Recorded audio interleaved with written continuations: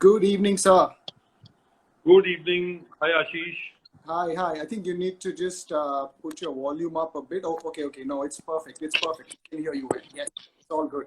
It's all good. So, welcome to those who've just joined us. This is our fourth attempt, the fourth week when we're doing what we call an Instagram live session called the Special Stage.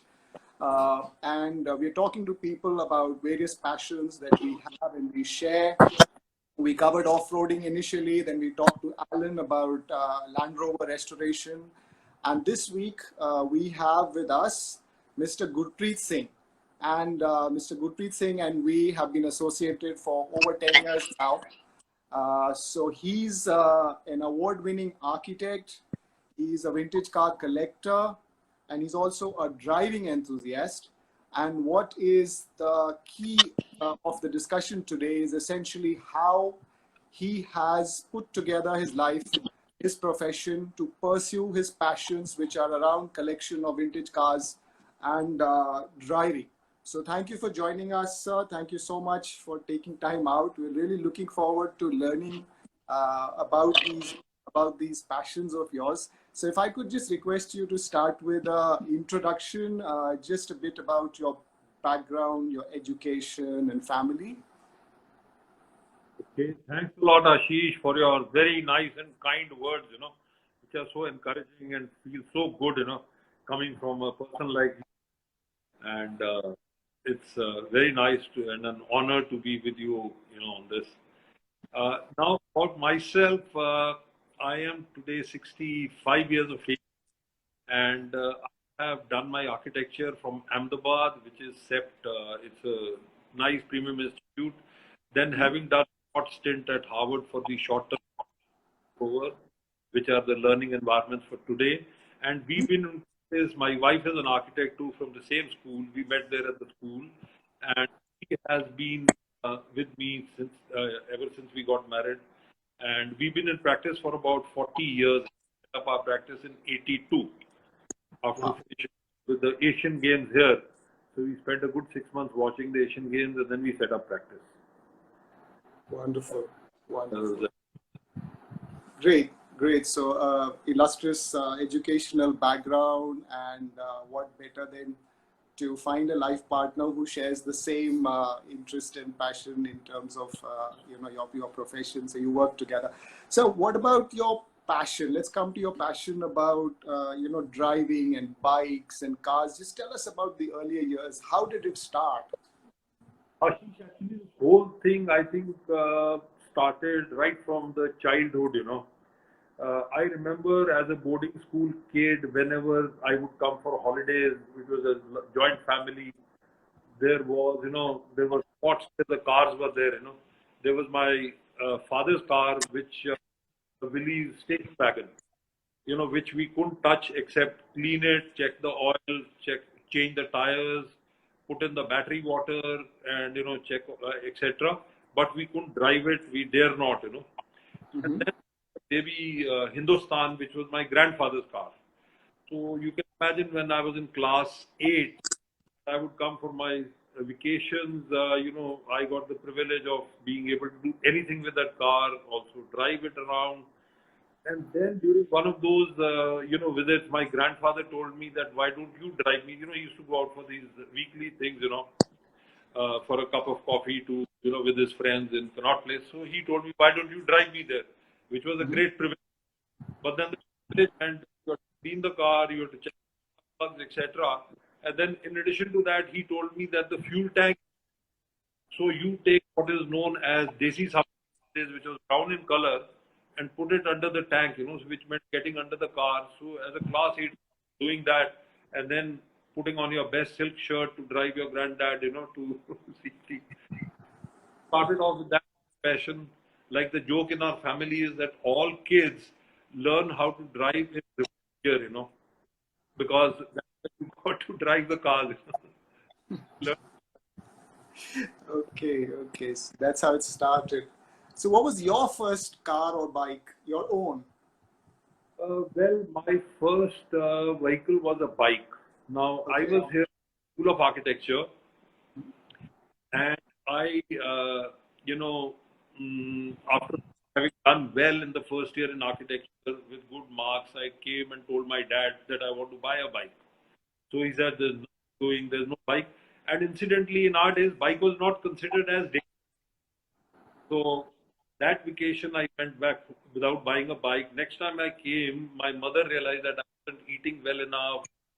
So she put up my application to my dad for a bike.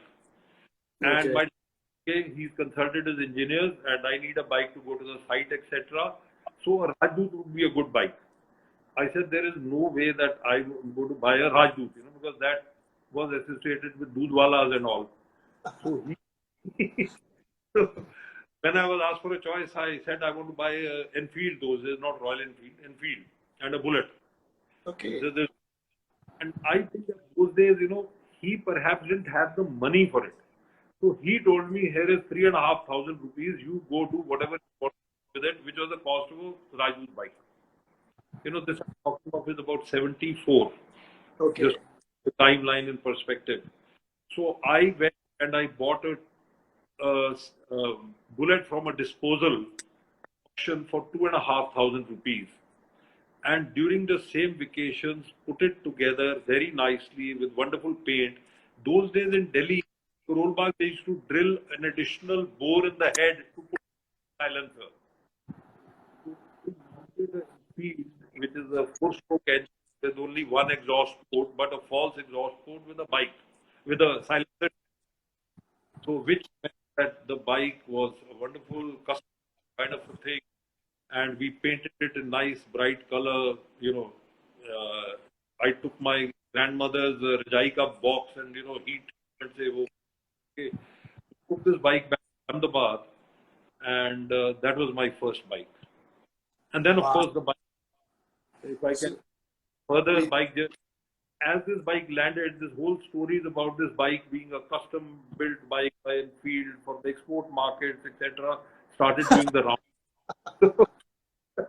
This was a con job done in Karol Bagh, So there was a leader of Gujarat University who had just won the elections. He wanted that bike. So he gave the price for that disposal bike done up. For a brand new Enfield, which those days it took 3 to 4 months to buy you have to stand and queue up to get it. So I bought a bike. So that's wow. how, yeah. And then the journey continued. I broke in that bike very passionately, very nicely. Then we had an exchange students who came in. So this guy wanted to do India. He wanted a run-in bike. Those days you had to run in a bike for 3,000 kilometers. Mm-hmm. So the bike was ideal because it had been run in very passionately, oils changed regularly, etc. So he gave me the price of another brand new Enfield. By then the Enfield had started costing 8,000 rupees in US dollars.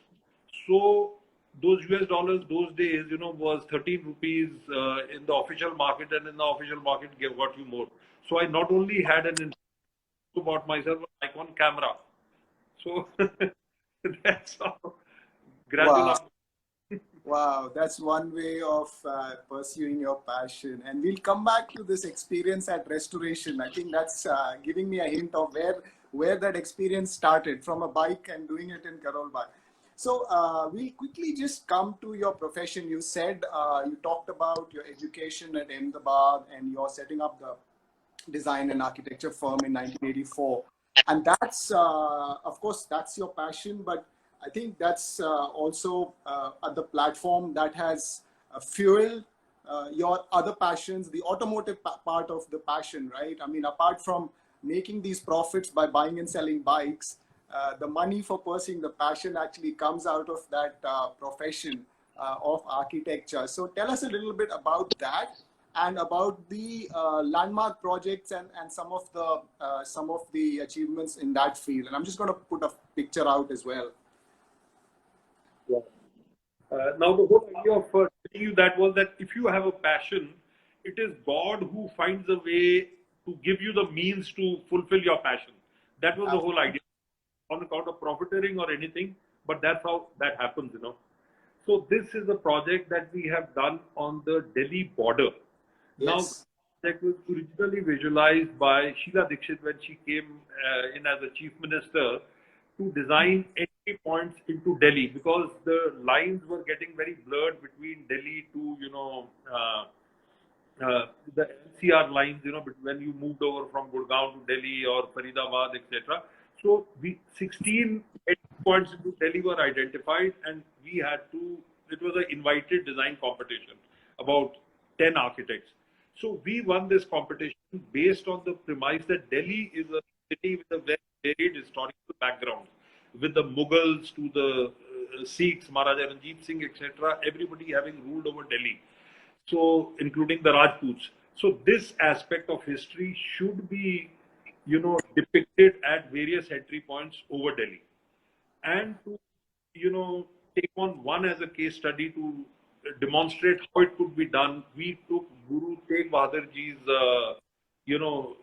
history to depict this as an entry point. So Guru Tegh Bahadur Ji has, he was being at the Seesganj Sahib, there is a Gurdwara, then, Rakabganj is in his memory. So to do that, we demonstrated this. Now, this project symbolizes, human rights those days, where he and his three disciples lost their lives, fighting for the Kashmiri Pandits. And Aurangzeb had him beheaded at the Seesganj place, So that central pylon, which is akin to a Nishan Sahib in a Gurdwara, is in his memory, and the three other pylons, the arches, stainless steel arches, are depicting his Disciple. yeah. So it's a very strong symbolic. Yeah, I think most of us or all of us have definitely seen and driven past it. I think I just wanted to connect the fact that we've seen it at the Kundli border, the Guru Tegh Bahadur Memorial, and it's a project designed by you, and this is just one of them, right? There are so many landmark projects. I remember when we met, you told me about the Gurudwara in the Middle East, and about the Qutub Crescent, and lots of other buildings, including the monkey bar, right, at Vasant Kunj, the pyramid structure in Vasant Kunj. That's another design of yours, right? Great. So this is where this is what Mr. Gurpreet Singh has been doing to get the money required to pursue his passion. And for those who've just joined us, I'll just do a quick recap. Mr. Singh is an award-winning architect, a vintage car collector, and a driving enthusiast. And he's talking to us about his passions of his automotive passions. And we'll move straight into that now. And that's the biggest one being the collection of vintage and classic cars. So how did that passion start? I mean, from driving a baby Hindustan and a Bullet and an Enfield to vintage cars. Actually, like I said, Ashish, this journey with the Bullet, undertook our school, a lot of our school trips, etc., were done on bikes, wherever we had to go, measure drawing, like Ahmedabad to Aurangabad and back.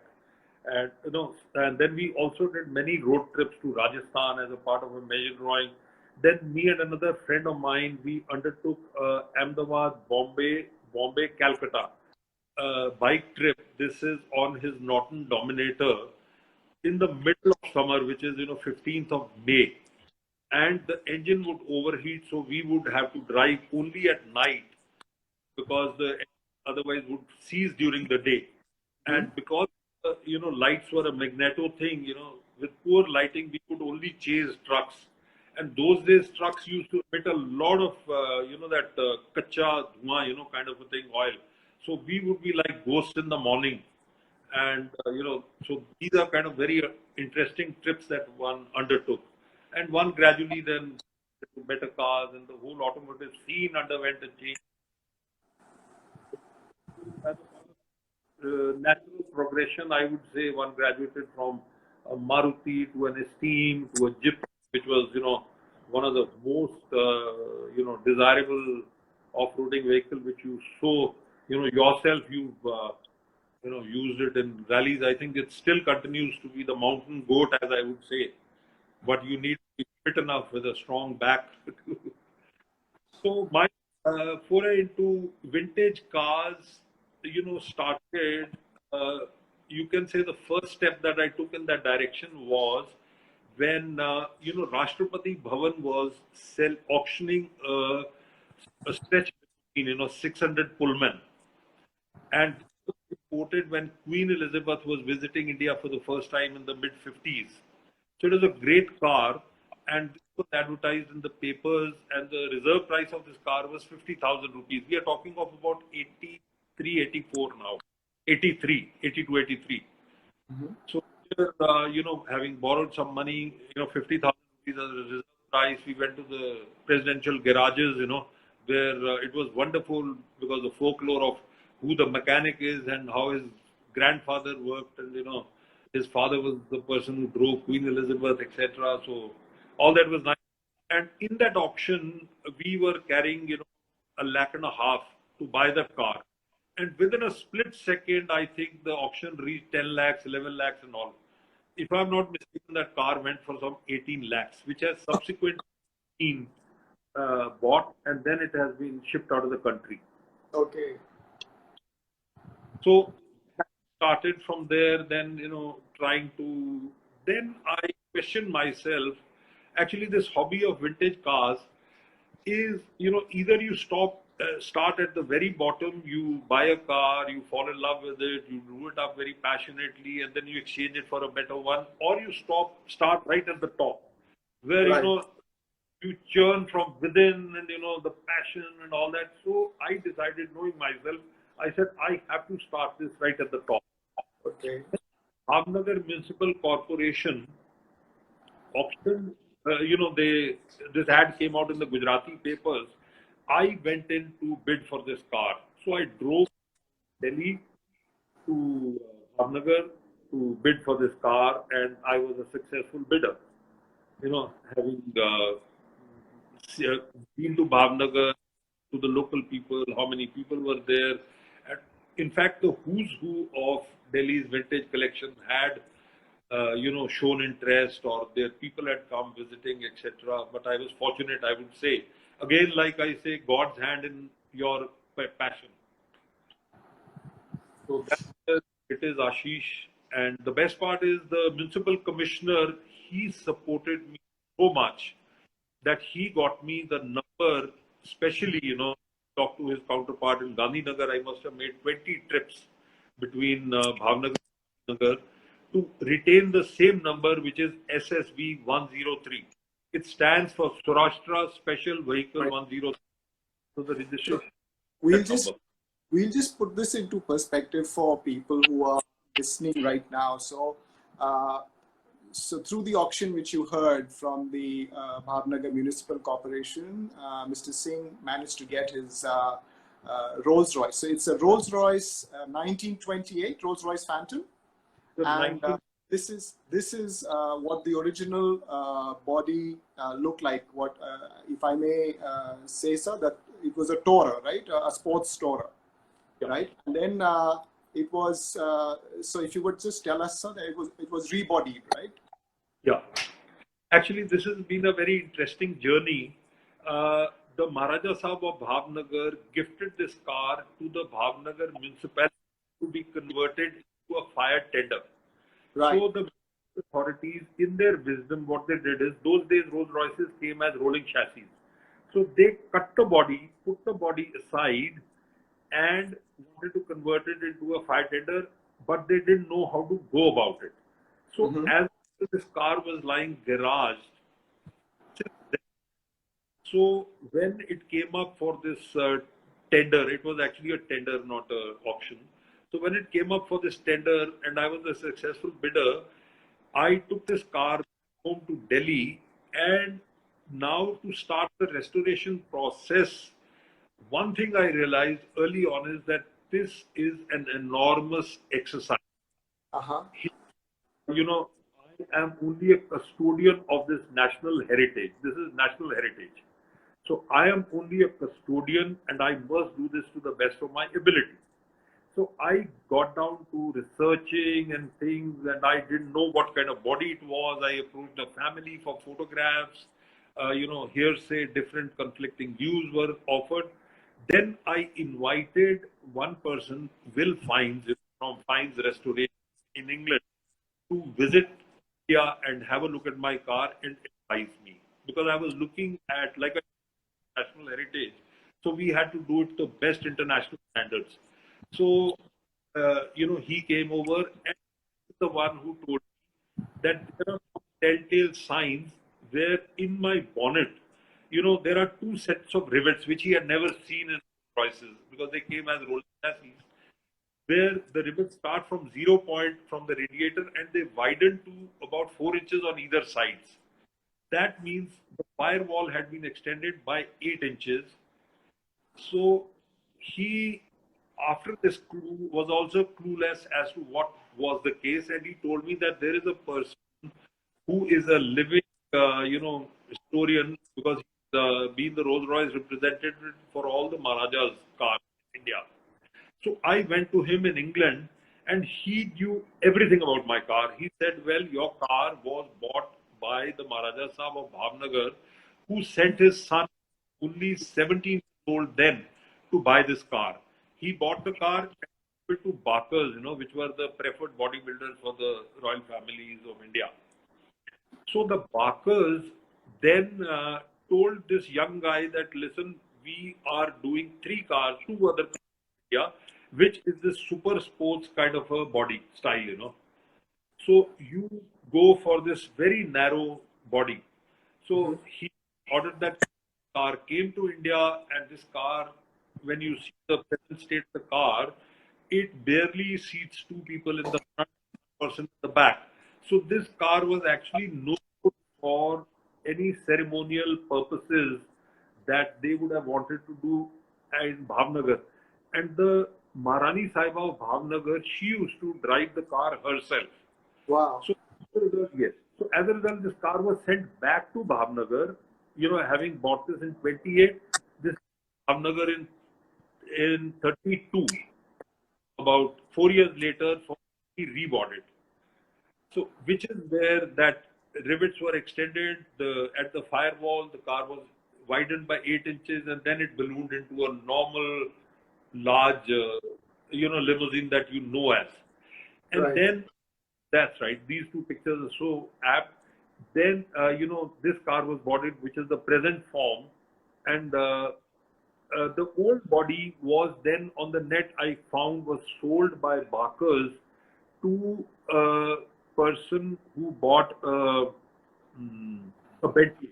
So this old body of this by Bakers was mounted on a Bentley.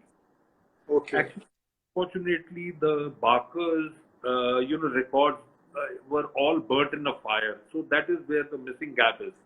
Otherwise, for my car from the Rolls-Royce has a rolling chassis, the entire records are perfect, Yeah, So I saw these sheets. I don't know how you managed to get them, but there are multiple sheets. And just looking at the first one, it's like a sale record of 1928, and it was sold for a princely sum of 1,850 pounds to the Maharaja of Bhavnagar, and it specifies everything: the blue color, the sports tourer body, and everything in that.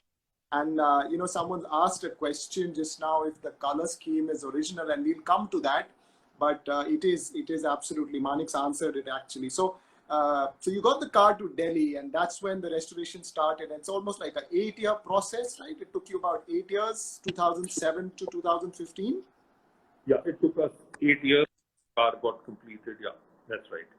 So it's been a long process. So then, having found out about the history, then we had 2 body styles to get this car back into.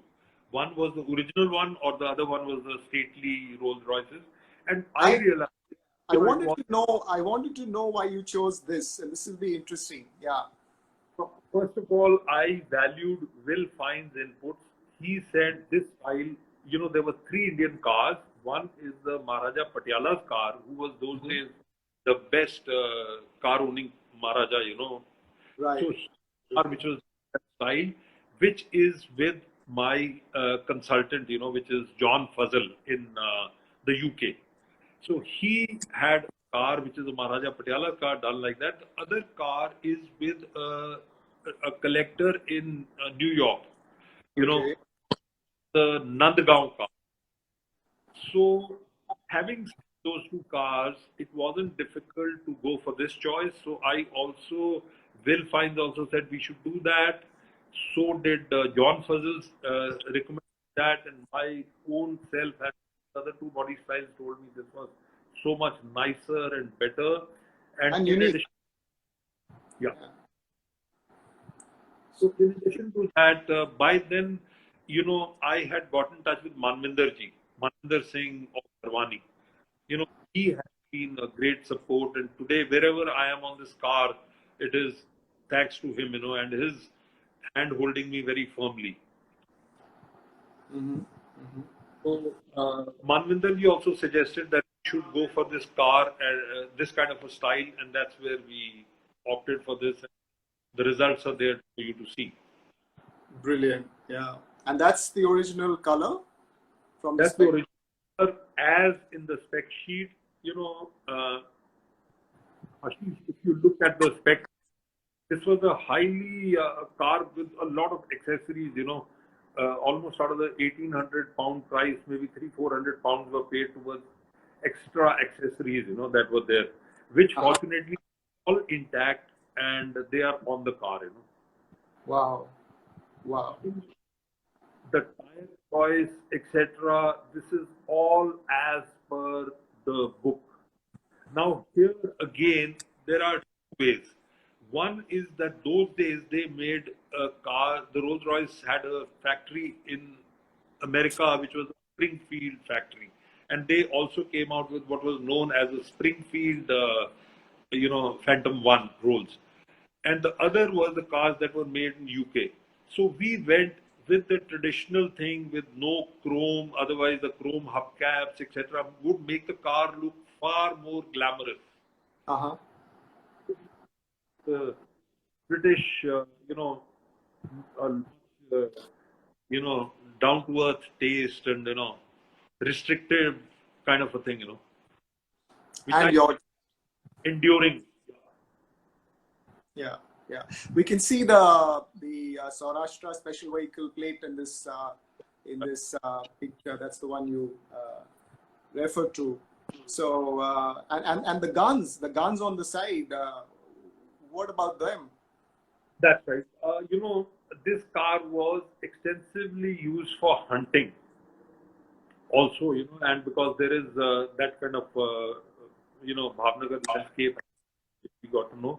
So that's where these two shotguns of that era were sourced, their hammers removed, and this is why a shotgun, because with a long barrel gun in a moving vehicle, you can't aim that well. Now, regarding the materials of this car, I must tell you, all my spark plugs until 3 years back were original.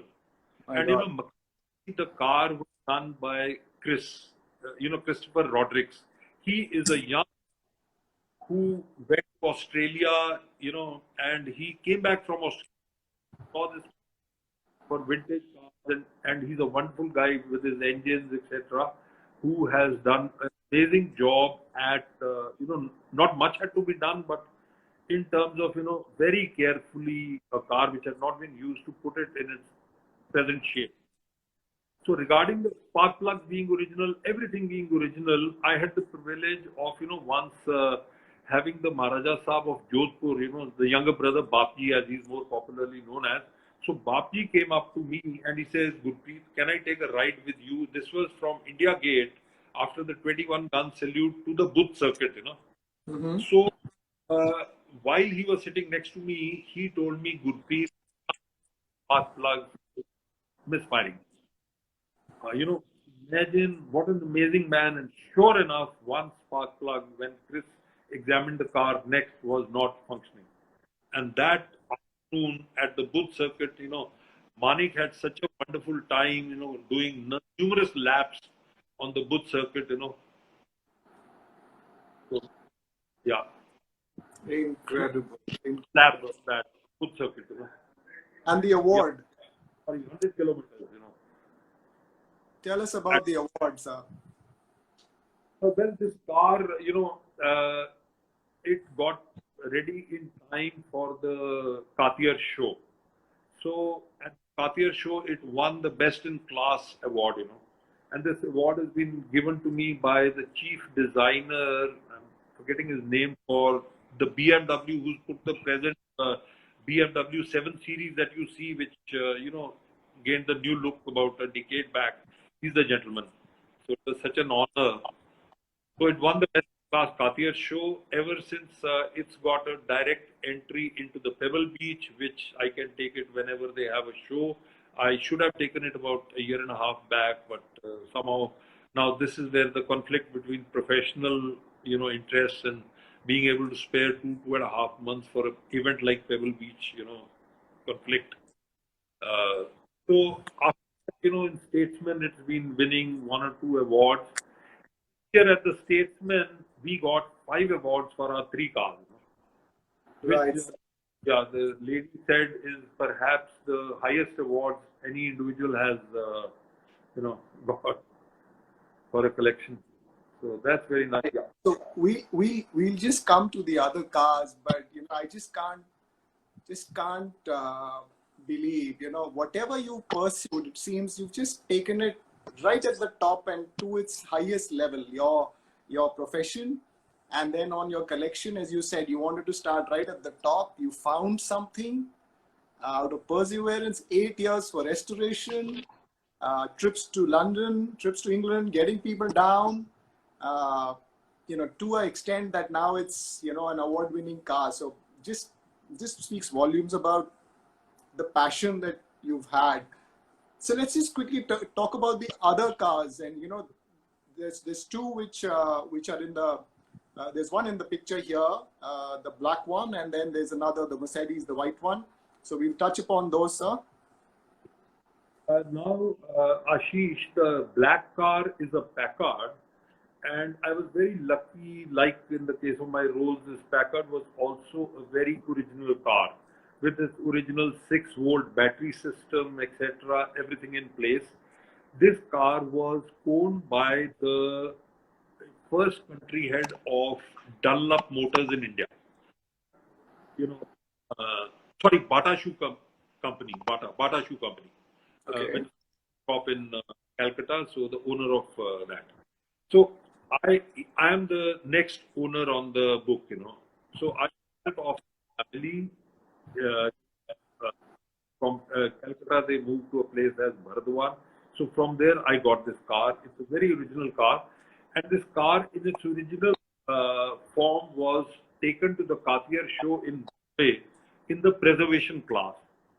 Now, preservation class is where you can only change rubber parts, tires, white plates, etc. Even the seats have to be in original condition, only screw up for things, So this car was quite a favorable entry in the preservation car class at the Cartier show in Bombay.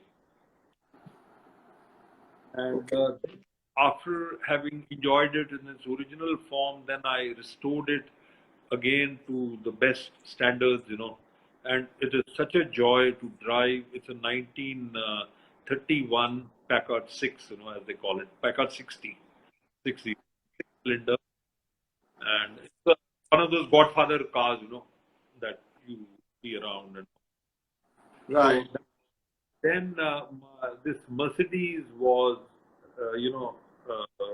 my second acquisition alongside the Rolls, where while the Rolls was, what do you call it, research, I thought, let me buy something which I can drive. And this was the fun car, broad tires, and, very drivable. It's one of the first, S-class cars that were put up by Mercedes-Benz post-war, This is a very interesting car.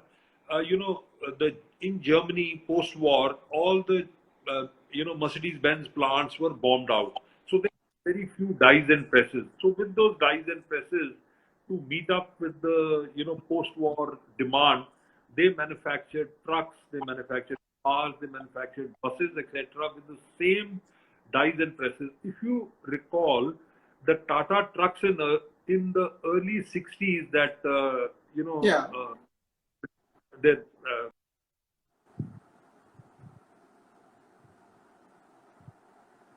We just have to wait for him to come back. There's a bit of an internet issue, I think.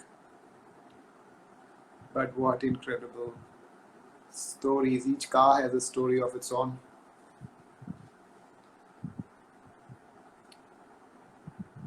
Nice. So upon how we met, it was back in 2009, and he was a participant in one of our events, the Desert Dash, and he came to Rajasthan with us, with his family, and he was driving his Montero at that time, and we'll show you some pictures of that. I was hoping that he'd be on the screen as well when we talk about it. So that's the flag off. That's his Montero, 2009, and that's how we met for the first time. I think we've got a request to get him back, and I should be able to do that now. All right, so we're just waiting for him to come back. Right. Ah, there you are, sir. So we lost you for a minute, but I just moved on, and I was just telling people about how we met for the first time in 2009. And about your coming for the Desert Dash in your Montero along with the family. Can you hear me well, sir? yeah, absolutely. I can hear you. Yeah. So we can go back. You were telling us about the Tata trucks, the Tata Mercedes-Benz trucks, and what relevance they had to the Mercedes that you were talking about.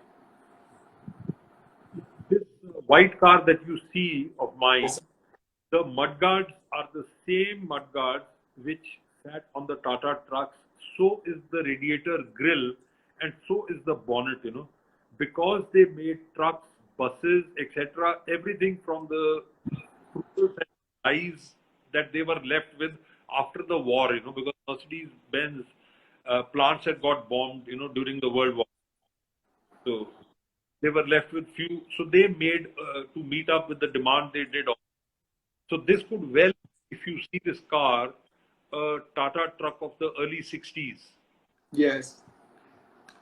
Well, one saw the similarities, but I had no idea that they were the same. The fenders, the grille, the bonnet. That's a new story. You hear something new every day. So is there any car that you're currently restoring, sir? Actually, of late, about 6-7 years back, they have allowed imports of cars more than 50 years old. So for somebody who is a collector today, he has two choices to undertake. One is to import a car, and the other is to buy an Indian car. Though my house for Indian cars, because I think there are enough of them still languishing, and they have a certain history, there is a certain connect that you have. So that is one area where I am looking at cars. I have identified, but I always go for paperwork. The paperwork has to be very clean. As a result, there is always some loss of money, where you have given the money in advance and you realize along the path that paperwork is not correct. And but on the side, I am looking at a sports car, because these rolling chassis were got and they were, made into sports car, because racing started in the early 30s. So a car like, if I do import one, Okay. So these are the two things that I'm considering. So currently the collection is 3 or 4? It's 4 cars now. And there are about 2-3 cars that have been paid for, whether in the pipeline or not, that is, this okay. is how, we'll wait to see them at the next Statesman. So we just come, and Alan's just joined us. And Alan, we did talk about the sports tourer body and why he chose to go back to the original spec. It is unique and really nice. So thank you for joining, Alan. I think you know each other, of course, because of your common passion. So we'll just come back, sir, to some of your other passions. Vintage cars, of course, you've taken it to its pinnacle, but generally about the other things that you do out of your love for riding and driving. And I can see a picture. I think you're heading out for a bike ride. Is that right? Yeah, that's right. That's right. So the love for In bike still remains, huh? Yeah, the passion for bike remains. In fact, as you can see, these are pictures of bike rides to Alwar and into Rajasthan during wonderful winter months, etc. First of all, hi Alan, how are you doing? It was nice. So these are pictures of that, and then I also undertook a trip about I think 8 years back with a group of youngsters to Ladakh, on a bullet. Yeah. So I was with a bunch of youngsters who have been riding a bike more for sport, whereas we have also ridden a bike for transport. So what one would do is, the difference essentially is that when these guys hit a speed breaker, they brake, they shift gears, they slow down, go over the speed breaker, and then they shift gears and pick up momentum. Whereas a guy like me just stands up and we jump over the speed breaker and keep going on. So here they would, in the evening over having rum in the evening, with spring water, they would tell me, "Arey, sir, it's such a joy to watch you and how you use your weight to balance the bike." So I was simply over speeding when I had very serious accident. And, I did for the new bridge, which was actually higher than the road surface, which is what I misjudged while I was in a bend. If I'd got thrown into the street, that would have been a different story. But I fractured my arm into 3 parts, moved to a hospital, where they do these dam projects, which was the kind of a thing. So from there, I came back to Delhi, straight to the OT where they operated on my arm and things. So that's Yeah. where. But that's part and parcel of Yeah, pursuing your right. And I remember we had a conversation, and I used to always try and convince you to come to Ladakh with us in your car, but you wanted to ride. Anyway, I mean, it's all part of the process. So I'll just quickly go back to what I was telling people. This is Mr. Gurpreet Singh's Montero, and he came with us in 2009, and again two more years after that, I think 11 and 12 for the Desert Dash. He loves driving, apart from his vintage cars, and I think we had a lot of fun together. In fact, if you'll allow me to just play, yeah, please. that's him having fun in the desert with us. You remember this? Yeah. This was such a wonderful trips, both of them. What a experience it was, and I can't tell you how much I enjoyed myself that week of amazing driving and heritage. All of it rolled into one, including adventure and the company that one had. It was an amazing experience. In fact, No, I'm enjoying watching these photographs, and it brings back those great memories of these trips and our evenings together, and sharing our experiences. What a Ashish! These were so well, executed and done. more than anything else, it's been 11 years now since we've been doing this, and I think my greatest achievement, or the most that I've got out of this, is that the kind of people that we've got to meet and build associations with, it is unparalleled. We could have never ever met you. I mean, I would have never come to an auction to buy a Rolls-Royce and met you there. And we met you and we got to know you, and today we're talking and just enriched so much by your knowledge. We met again last year, for the people on the show, last year at the Statesman vintage car rally in Delhi. Yeah, and that's right. Singh had come with his 3 vintage cars, and the way they line up cars is that based on how old they are, the cars start from the right next to the podium and out on the road. And we were somewhere way back in the road with our post-war category Land Rover Series 1.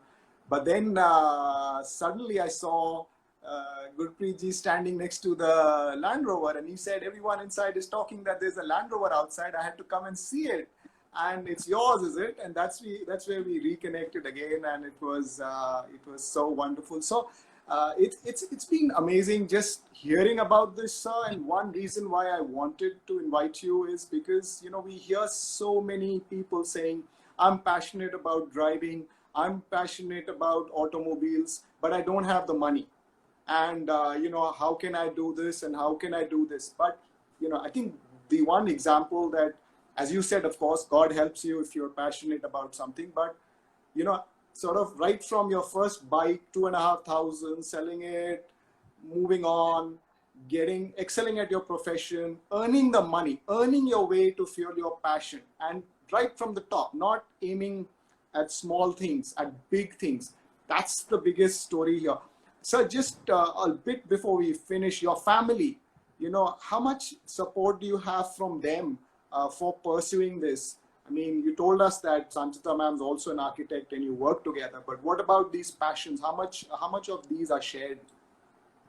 Yeah, Ashish, I'll just take a step back and, to reinforce when you say this Rolls Royce that I bought was bought with a bank loan from Canara Bank. Now, this is just to, tell the enthusiast that if you have your heart on something, it is not impossible not to make it. So, can you imagine a public sector bank lending you money to buy a car? So, this guy told me, Gurpreet, the chief manager, I hope my line is not on a job, my job is not on the line, because you are buying what I would term as junk. So, and when this guy, he went back to Bangalore, Canara is a South-based bank, and then he came back again to Delhi. He called me to inquire how the car was, and I took the car to his Parliament Street office, where he was so overjoyed to see the car. And, he has in his bank, they have a newsletter or something where he took pictures and he stated this as an example of how, it was such a wonderful experience for him to have financed a car. Wow. These Wow. are the things. Now, coming back to your second question of the family, a passion like this, I think it is a family driven thing. Like in your case, I have seen your son Arman and Pratima all the while standing behind with you. And I remember, Arman having grown when I saw your Land Rover 1, which is such an iconic vehicle, and this tall lad, next to you. So it is, I think, you have to be supported by your family, where Sanchita really helps me immensely with it.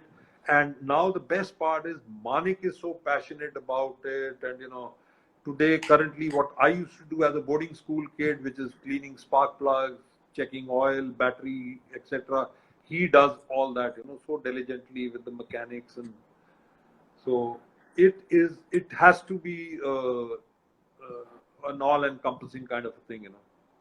Right. I think we can see Manik and Kanika also in Yeah. that. Great. Awesome. So you talked about profession and passion, and sometimes not getting time to do some more. I mean, you've done a lot, but things like Pebble Beach and stuff. How do you strike this balance between your profession and passion? Ashish, it's, I think, on a case to case and situation to situation. Perhaps the time I took longer to restore my car, it could have been done earlier. But then, from the profession of architecture, being meticulous, having an eye for detail, etc., I did not compromise on anything. So it's a two-way street. So both, I think, help each other, but it's you have to find the right balance somewhere. I think as I am now growing, I would like to devote more time towards passions and hobbies.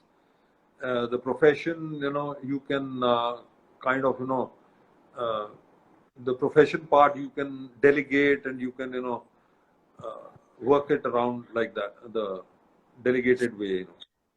So what's on the bucket list, sir? What's next in terms of furthering your profession, your passion? I mean, we heard about Well, a couple as far of as projects which are in the pipeline, but overall, Ashish, as far as the profession is concerned, we were very close to doing the National War Museum, at India Gate. It was a global competition, and we were placed second with our entry being very favorable, but that hasn't happened, unfortunately. And on the passion for the cars front, we are wedded to vintage cars because that's a more enduring love, rather than fast cars.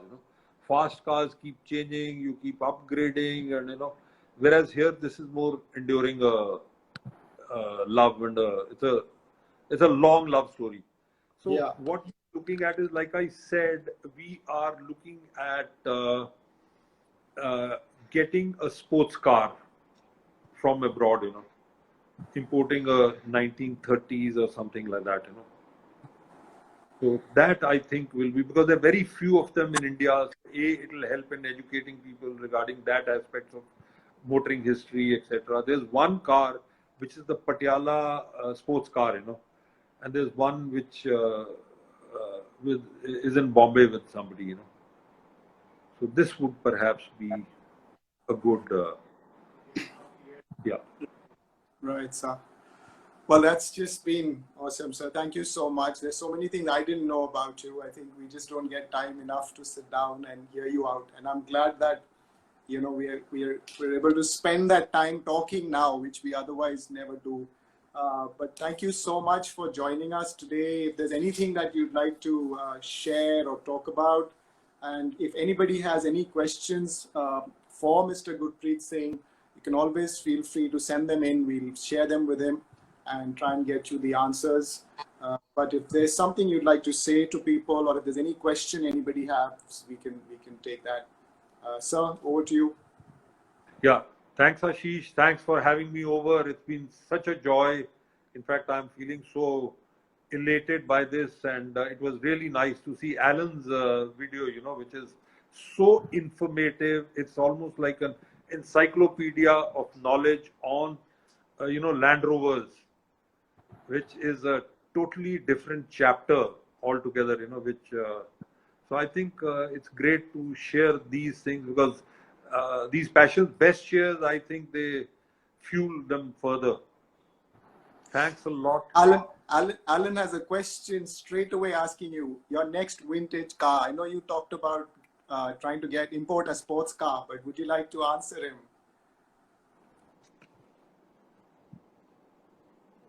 That's a question for Alan.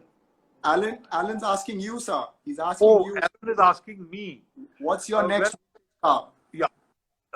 Alan, I am eyeing a Auburn, which is a 8-cylinder Auburn. It's a 1930 sports car. So it's a barn find. I need to go see the car, and that is my next car on the. Well, great. Thank you for sharing that, sir. I'm sure you don't want to tell him where that car is, because we'll know Alan will be on the next flight. But thank you again, sir. Thank you very much for joining us. Thanks to everybody. All the best, sir. We'll definitely meet at the next. Ashish. Thanks, Alan. Bye. Bye. Bye, sir.